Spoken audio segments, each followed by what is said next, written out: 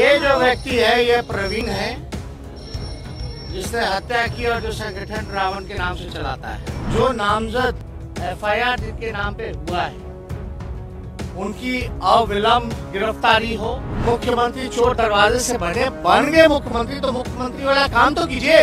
होली के दिन खून की होली खेली गई है और इस घटना की जितनी भी निंदा की जाए वो कम है।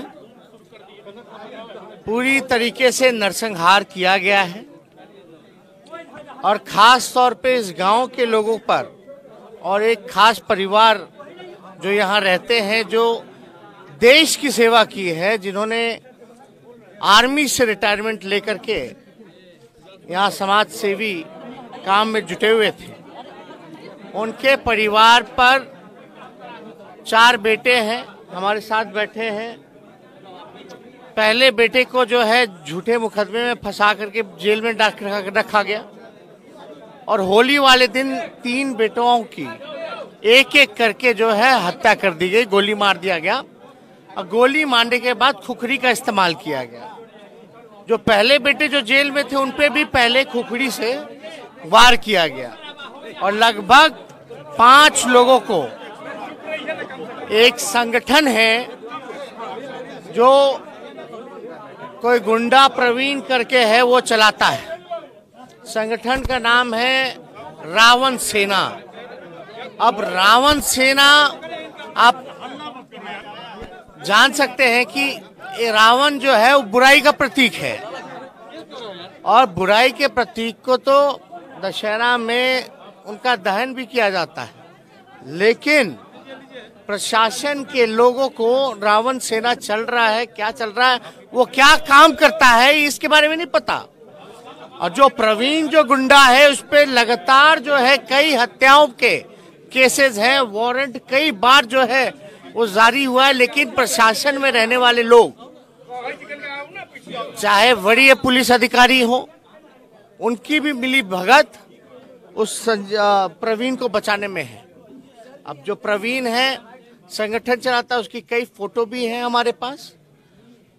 परिवार के लोग से हम मिलने आए, इस बुरे वक्त में हम लोग आंसू पोंछने का काम कर रहे हैं, इनको न्याय दिलाने का लड़ाई लड़ रहे हैं। अब मुख्यमंत्री कह रहे हैं कि विपक्ष जो है वो पब्लिसिटी कर रहा है, उनके नेता लोग कह रहे हैं कि आपसी रंजिश है। एक तरफा गोली चलाई गई है, एक तरफा खुखरी चलाई गई है और जो फौजी एक BSF जवान की हत्या हुई है ये मामूली बात नहीं है। इसलिए हम सब लोग यहाँ आए हैं, इनको न्याय मिले और जब तक यहाँ के DSP और SP रहेंगे तब तक इन परिवार को जो है न्याय नहीं मिलेगा। होली के बाद घटना, होली में भी इन लोगों ने SP को फोन किया, फोन नहीं उठाया गया। उसके बाद जो है कोई सुरक्षा इनके परिवार को नहीं दी गई है और कुर्की जब्ती खाली जो है नाम पे जो है किया जा रहा है। सुनने में तो आ रहा है कि पुलिस जो है वो प्रवीण को छोड़ने नेपाल गई है, प्रवीण को छोड़ने गई है नेपाल। अब यहाँ पूरा परिवार यहाँ डरा है। एक ही घर की 3 महिलाएं विधवा हुई हैं, छोटे छोटे बच्चे हैं। आप बताइए इनको न्याय कैसे मिलेगा? जो लोग संरक्षण देने का काम कर रहे हैं वही लोग जांच कर रहे हैं, तो न्याय कहां से मिलेगा? और यहाँ जो भी IG वगैरह मुख्यमंत्री कहते हैं DGP से बात करते हैं, उनका एक भी वरीय पुलिस का अधिकारी जो है यहाँ नहीं आया। खुद ये कह रहे हैं कि बयान TV में दे रहे हैं कि हम जा करके परिवार के लोगों से मिले, IG और IG आई नहीं यहाँ परिवार से मिलने। ये तो ब्यूरोक्रेसी की भी हद हो गई। मुख्यमंत्री थक चुके हैं, उनसे बिहार संभल नहीं रहा। गृह डिपार्टमेंट, आज हम सुने मुख्यमंत्री का बयान कि बोलते कि क्राइम कंट्रोल करना पुलिस का जिम्मा है। हमको लगा कि भाई पुलिस महकमा जो है वो नीतीश कुमार जी गृह मंत्री हैं, उनकी जिम्मेदारी है, लेकिन अब पता चला अब कोरिया के जो किम जॉन हैं उनकी जिम्मेवारी है। ये स्थिति बनी हुई है। क्या हो रहा है यहाँ? कोई नैतिकता के आधार पे, अरे भाई आप मुख्यमंत्री चोर दरवाजे से बन गए मुख्यमंत्री, तो मुख्यमंत्री वाला काम तो कीजिए। आप आइए, इस परिवार से मिलिए, आंसू पोंछिए, सहारा बनिए, इनको विश्वास दिलाइए इस परिवार को कि आगे से ऐसी कोई घटना नहीं होगी, आपको सुरक्षा हम देंगे, और जो दोषी है उसको घसीट करके सलाखों के पीछे जो है वो डालेंगे, नहीं तो फांसी की सजा हम देंगे। ये मुख्यमंत्री का काम है। मुख्यमंत्री, अधिकारी सब जो हैं संरक्षण देने का काम कर रहे हैं, और इसमें जो यहाँ के स्थानीय विधायक हैं, जो पूर्व मंत्री हैं, विनोद जी का उसका नाम आ रहा है। ठीक होली से पहले जिन लोगों ने हत्या की, एक दिन पहले उनके साथ उनकी मीटिंग हुई है। ये हम नहीं कह रहे, हम तो यहाँ आए हैं। यहाँ के जो स्थानीय लोग हैं, यहाँ का जो परिवार, जो लोग हैं जो सदमे में है, जो पीड़ित परिवार है, सब लोग कह रहे हैं असलियत क्या है। और मुख्यमंत्री जी को कम से कम आंख खोल करके जो है भीख मांग रहे हैं लोग। इनका अधिकार है कि न्याय मिले, लेकिन भीख मांगना पड़ रहा है। न्याय के लिए हमको एड़ी नाक रगड़ना पड़ रहा है कि हमको न्याय दे दो, न्याय दे दो। क्या प्रशासन है, क्या सुशासन है? ये पूरी तरीके से सुशासन राज नहीं बल्कि राक्षस राज आ गया। जहां रावण सेना जैसे लोगों को संरक्षण दिया जा रहा है, तो आप समझ सकते हैं कि क्या हो रहा है पूरे बिहार में।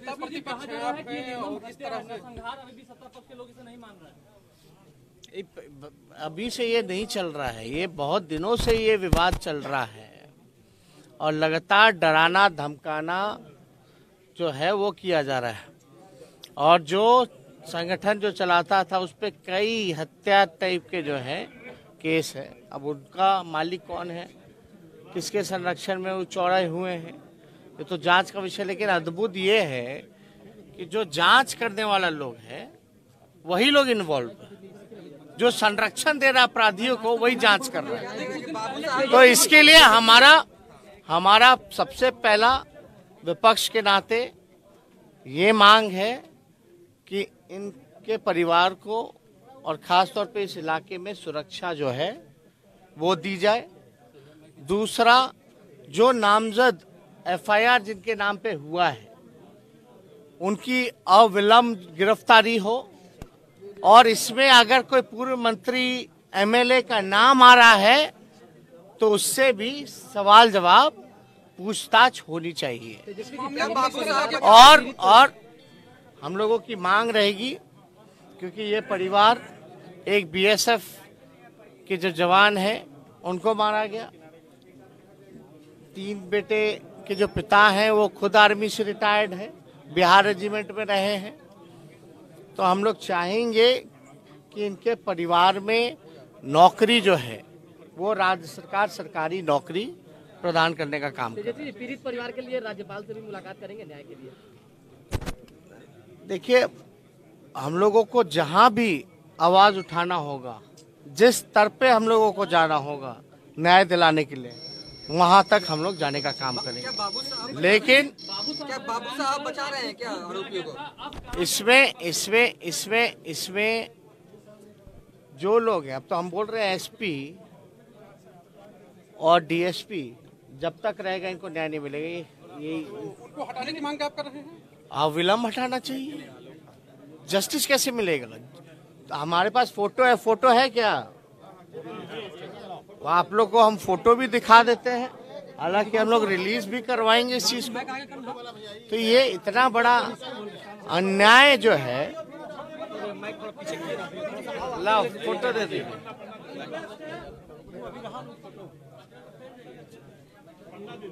नहीं वो वाला नहीं डीएसपी वाला।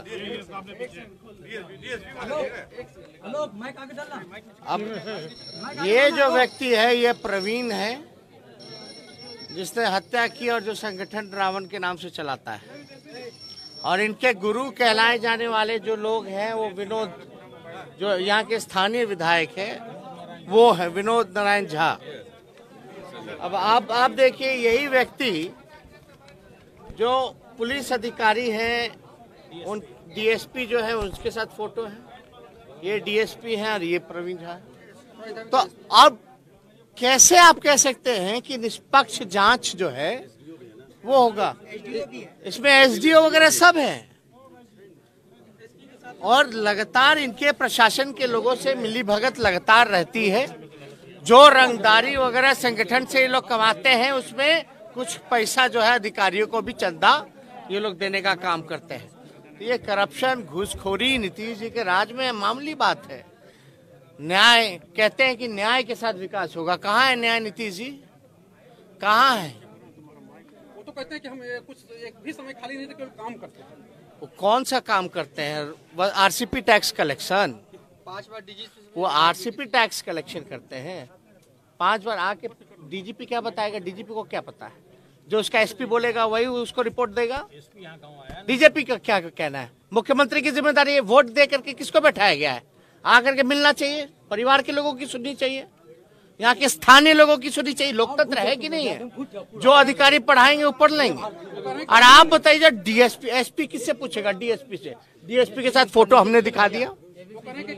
आप अरे कौन कानून? कानून तो इन लोग तो तानाशाही रवैया से देख ही रहे हैं कि पुलिस जो है इतना बढ़िया कानून है कि नेपाल चली गई छोड़ दे प्रवीण को। ये कानून है इनका। आप ये बताइए, मुख्यमंत्री कहते हैं कि डीजीपी से बात की। डीजीपी बात करेगा एसपी से, एसपी बात करेगा डीएसपी से। जो डीएसपी रिपोर्ट देगा एसपी को वही एसपी रिपोर्ट देगा डीजीपी को, वही डीजीपी बताएगा मुख्यमंत्री को। न्याय कहाँ मिलेगा? मुख्यमंत्री की जिम्मेवारी है जहां घटना हुआ वहां जाइए, पीड़ित परिवार से मिलिए और उनको न्याय